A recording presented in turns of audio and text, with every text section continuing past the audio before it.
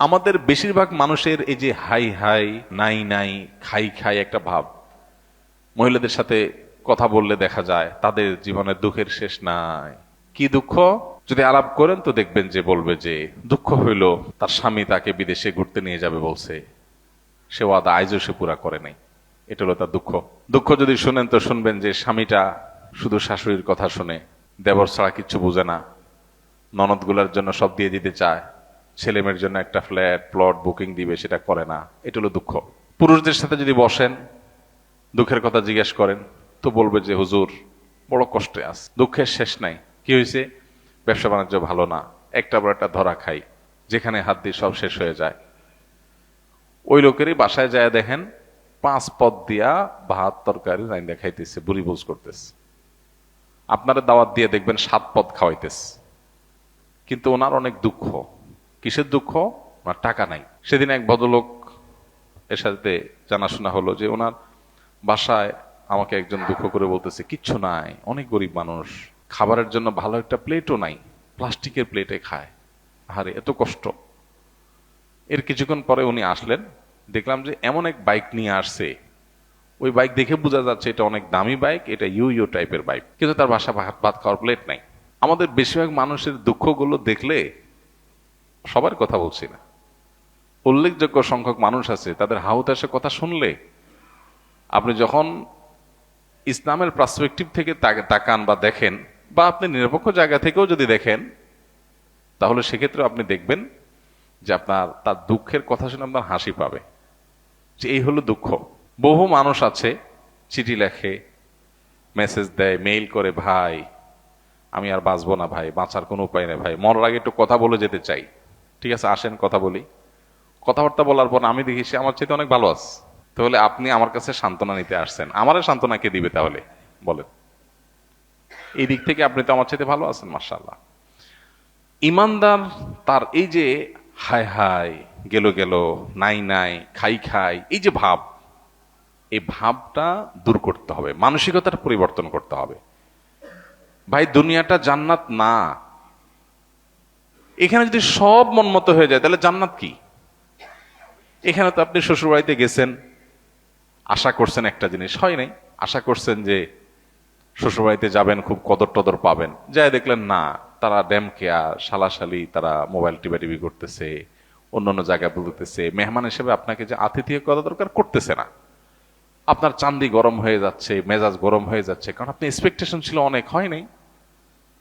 যখনই গরম হয়ে যাবে তখন চিন্তা করবেন আমি অহেতুক এক্সপেকটেশন করেছি, দুনিয়ার সব চাহিদা পূরণ হবে না। আশা করছিলাম বিয়ের পরে খুব শান্তিতে থাকবো, এখন বউটা দেখে বেলাইন।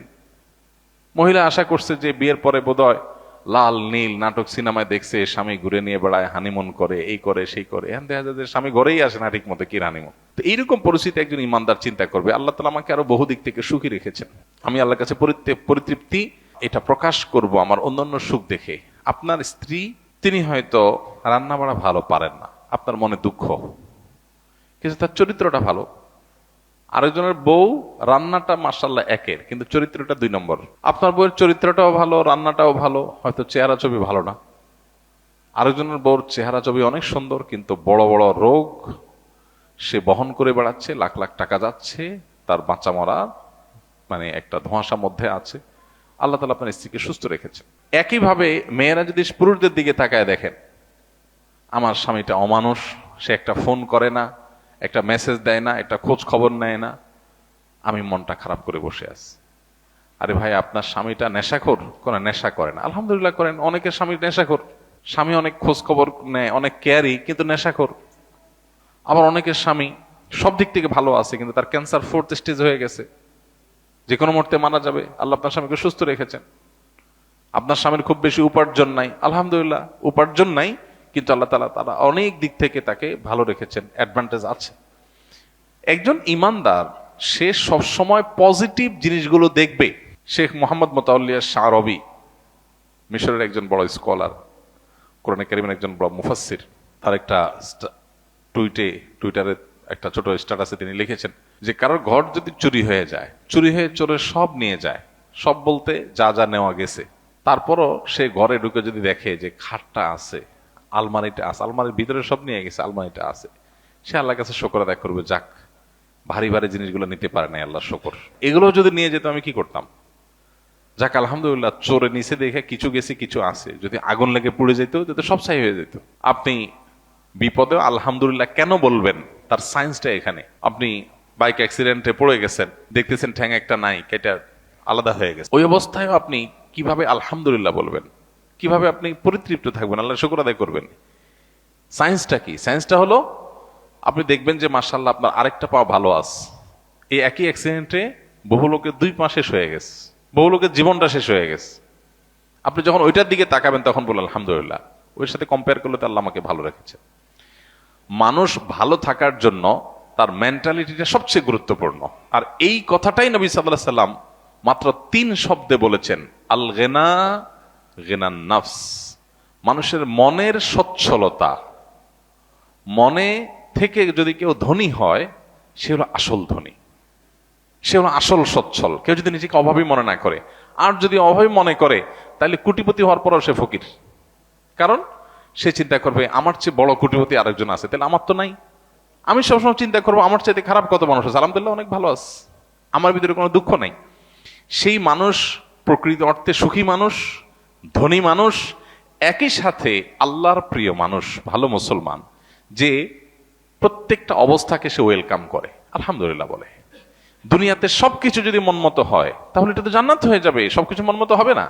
অনেকে দেখবেন অমুকে আমার সাথে এটা কিভাবে করলো, কিভাবে এটা বলতে পারলো, এই কথাটা সে কেমনে বলতে পারলো, আমি মেলাতে পারতেছি না। আমাকে কেন, এটা আশ্চর্যের কি আছে?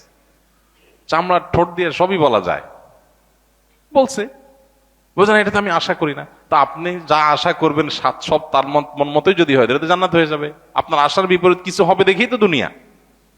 না না, সে কিভাবে এটা আমারে বলতে পারলো, আমার মাথায় ধরতেছে না, কেমনে এটা বলতে পারলো? আরে কেমনে বলতে পারলো, আমি তো বলতে পারবো আপনাকে, কোনো ব্যাপার না তো। সবকিছুকে ইজিলি নেওয়া, এটা হলো মানুষের দুঃখ দুর্দশা দূরের প্রধান মাধ্যম, প্রধান উপায়।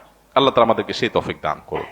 আমরা অনেকে আছি যে কোন প্রকার বিপদ আপদ হলে আমরা ধৈর্য ধারণ করতে পারি না। ভাই, সবরটা কখন করবেন? তাহলে আপনার মনের বিরুদ্ধে হবে, চাওয়ার বিরুদ্ধে হবে, আশা যা করছেন তার উল্টাটা হবে।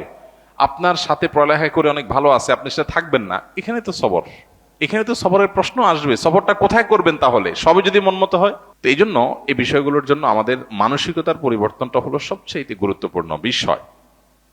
বহু মানুষ আছে যে দুনিয়াতে তাদের সবকিছু চাই, সবকিছু চাই বাস, আর অন্যের সাথে কম্পেয়ার করা এবং অন্যের কাছে আশা করা।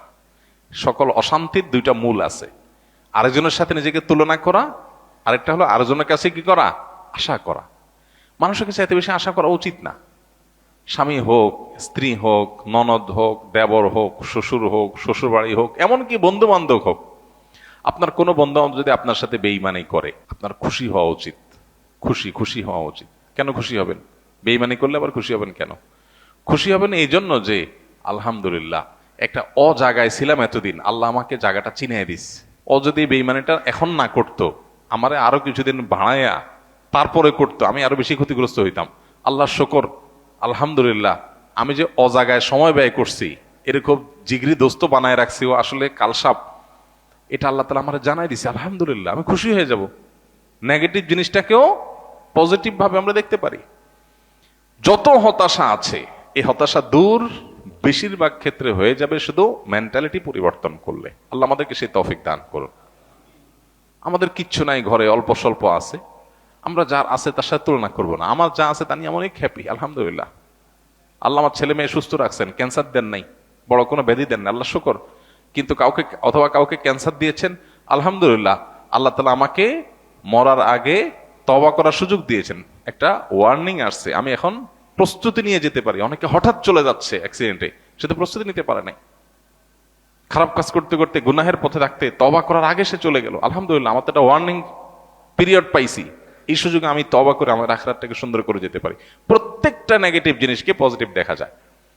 বিশেষ করে আজকালকার যে হতাশা, এগুলো বেশিরভাগই হলো আমাদের অনেক খাই স্বভাবের কারণে। আমরা ভাবখান, আমি এরকম অনেক মানুষ দেখেছি, ব্যক্তিগতভাবে আমি পরিচিত অনেক মানুষের সাথে, নাই ভাই কিচ্ছু নাই, ব্যবসা বাণিজ্য অবস্থা একেবারে খারাপ। এরপরে দেখা গেল ছেলে ফেলে নিয়ে, বাচ্চা কাচ্চা নিয়ে উনি ব্যাংকক গেছে ঘুরতে। ভাই ব্যাংকক গেছেন ঘুরতে, আপনার না খুব অসুবিধা? ভাই এইটা তো 10-20-50 লাখ তো অ্যাকাউন্টে আছে, এটা তো কোনো ইয়ে না। আমি কোটি কোটি টাকার যে ব্যবসা আছে আমি সেটা কথা বলতেছি, ফ্যাক্টরিগুলো বন্ধ, হান তান, কিন্তু ওনার সব চলতেছে। মানুষের চাহিদা যত বাড়ে সে তত দুঃখী হয়, চাহিদা যত কমে সে তত সুখী হয়। এই জন্যই কানাআত বা অল্পে তুষ্ট থাকার শিক্ষা নবী সাল্লাল্লাহু আলাইহি ওয়াসাল্লাম দিয়েছেন। মুসলমান কখনো খাই খাই স্বভাবের হবে না। যত বেশি খাই খাই স্বভাব হবে, যত বেশি অন্যের কাছে আশা থাকবে, তত বেশি আপনি দুঃখী হবেন। এই জন্য এই জিনিসটা ছাড়তে হবে। কারোর কাছে আশা খুব বেশি করা যাবে না এবং অন্যের সাথে কম্পেয়ার করা যাবে না। বিশেষ করে অন্য আমার চাইতে ভালো থাকলে ওটার ব্যাপারে কম্পেয়ার করা যাবে না। আশা বেশি করবেন, ধরা খাবেন। পৃথিবীতে আল্লাহ ছাড়া আর কারোর ব্যাপারে আশাবাদী থাকবেন না। এমনকি নিজের মা বাপও না, নিজের স্ত্রীও না, স্বামীও না, সন্তানও না, ভাই বোনও না, জিগরি দোস্তও না, কারোর ব্যাপারে না। আশা করেন, খুব বেশি আশা করে বসে থাকেন না। আশা করার পাশাপাশি এটার জন্য প্রস্তুত থাকেন যা আশা করতেছেন তার উল্টাটাও হতে পারে। মোচের তেল দিয়ে গেছেন, অনেক কিছু আশা করতেছেন, যা দেখেন জিরো। হাইসা দিবেন যে আমি তো বোকা ছিলাম, এই জায়গায় আমার নসিবে এটা বরাদ্দ ছিল না, অথচ আমি মোচে তেল দিয়ে আসছি। ফাও, কাঁঠাল খাওয়ার জন্য মোচে তেল দিয়ে আসছি, এসে দেখি কাঁঠালই নাই, কাঁঠাল পুরোটাই নষ্ট। তাহলে আমি অহেতুক একটা প্রস্তুতি নিছি, আমার তকদির এটা ছিল না। তো ইমানদার নিজের জীবনটাকে ইজি করার চেষ্টা করবে, সে সুখী থাকবে ইনশাআল্লাহ তাআলা। আল্লাহ আমাদেরকে তৌফিক দান করুন। আস-সুন্নাহ ফাউন্ডেশন, উম্মার স্বার্থে সুন্নাহর সাথে।